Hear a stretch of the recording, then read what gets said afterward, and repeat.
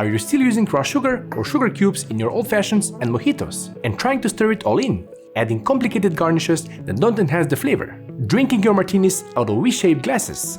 Okay, this last one is debatable, but we'll get to it. Come sit at a Cocktail Time speakeasy bar for my masterclass on how to make cocktails every bartender should know, but in a contemporary way, to elevate these classic cocktails, like the old-fashioned, daiquiri, mojito, sidecar, and the martini. Before we dive in, make sure you're subscribed and turn on the bell icon so you'll get notified every time we cover classic, modern, or signature cocktails. It's cocktail time! Let me start off with a disclaimer. I respect tradition and history of classic cocktails. That's why we covered many of them in our old versus new episodes. I also understand why some of the most iconic bars around the world continue to make drinks the old-fashioned way. They're selling an experience, transporting you back in time. I've enjoyed that in many bars around the world as well.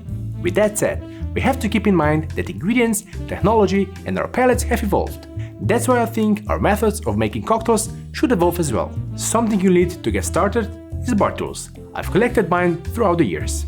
But if you want quality bar tools, a bar above is a great place to get you started. All my US friends of cocktails can get a 10% discount on their website with the code CocktailTime10 at checkout.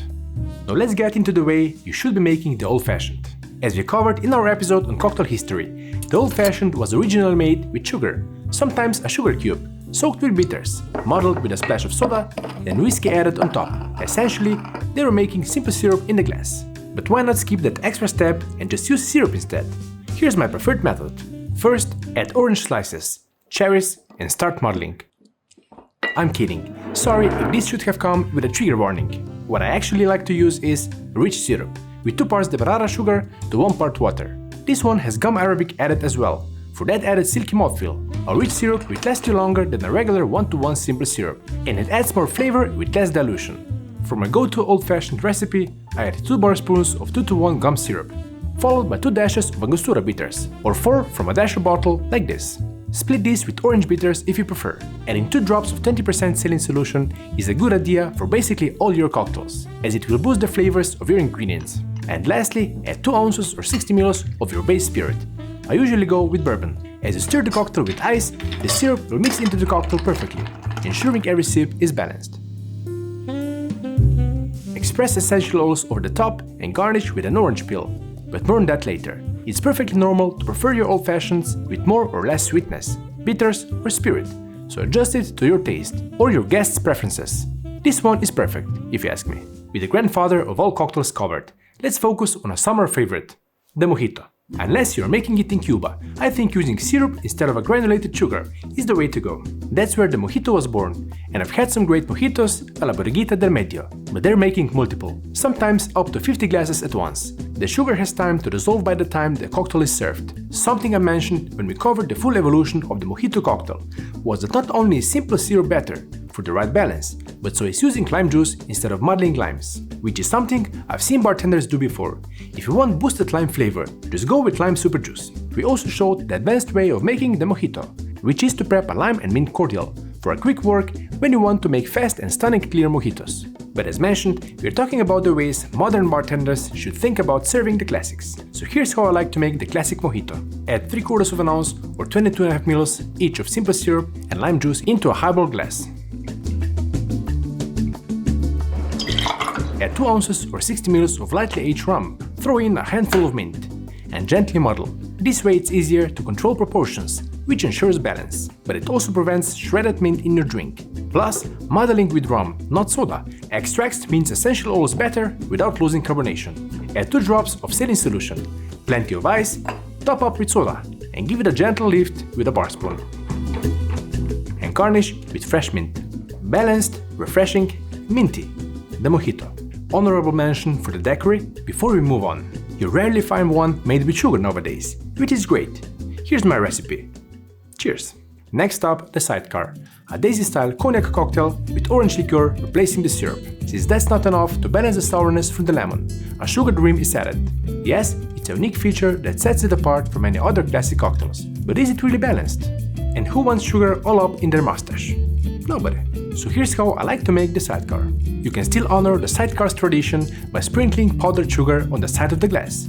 But to make a balanced cocktail, I like to make mine with 1.5 ounce or 45 ml of spirit, in this case cognac. 3/4 ounce or 22.5 ml each of sweet and sour parts, so orange liqueur and lemon juice. And to balance it all out, about a spoon of rich demerara syrup. You can of course use gum syrup if you already have it on hand. And as always, to boost the flavors, 2 drops of 20% saline solution. Shake with ice and strain it into a chilled glass. To serve the cocktail that's balanced in the glass, without a need to balance it while drinking. Sante, let's quickly touch up on garnishing the cocktails. Before we make the final cocktail, Instagram, TikTok and virality brought on a garnish overkill, among other things, but there is an anti-movement to that as well, so let's join it. I'm a strong believer in the fact that garnishes should enhance the flavor, not just the visuals. So unless we're talking about tiki cocktails, the umbrella garnishes are out.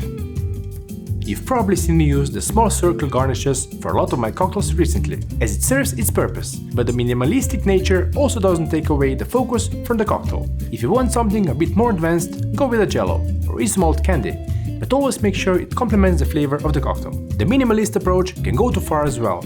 Cocktails aren't glasses of water, they need personality. Again, balance is key. And lastly, the eternal Martini cocktail. The glass you serve it in may be even more famous than the cocktail itself. The problem? It spills way too easy. It's just not practical. Before we go on to fixing that issue, let's focus on how you can serve this fast and efficiently. This is how you make a freezer door martini. Combine gin or vodka with dry vermouth in your preferred ratio. Mine is 4:1, so for a 500 ml bottle, that's easy to calculate. Add bitters of choice, orange works fine, but I like to use a house mix of lemon, orange, grapefruit and spruce tips bitters. The combination I call Martini bitters. 13 dashes. Lastly, saline solution to boost the flavors. 13 drops. To always get all the amounts right for your bottle, head over to 𝗡𝗲𝗄𝗏𝗂𝗏 and find the batch cocktails calculator, even for different ratios of spirits and vermouth. This one doesn't have dilution, so keep in mind you'll need to add that later on. If you add it beforehand, the lower ABV might mean it will freeze after a while in the freezer. So when it's time to serve it, you'll have 3 options. One is to serve it in a glass that's somehow between a coupe glass and the classic V-shaped martini glass. That will mean it won't spill as soon as you pick it up.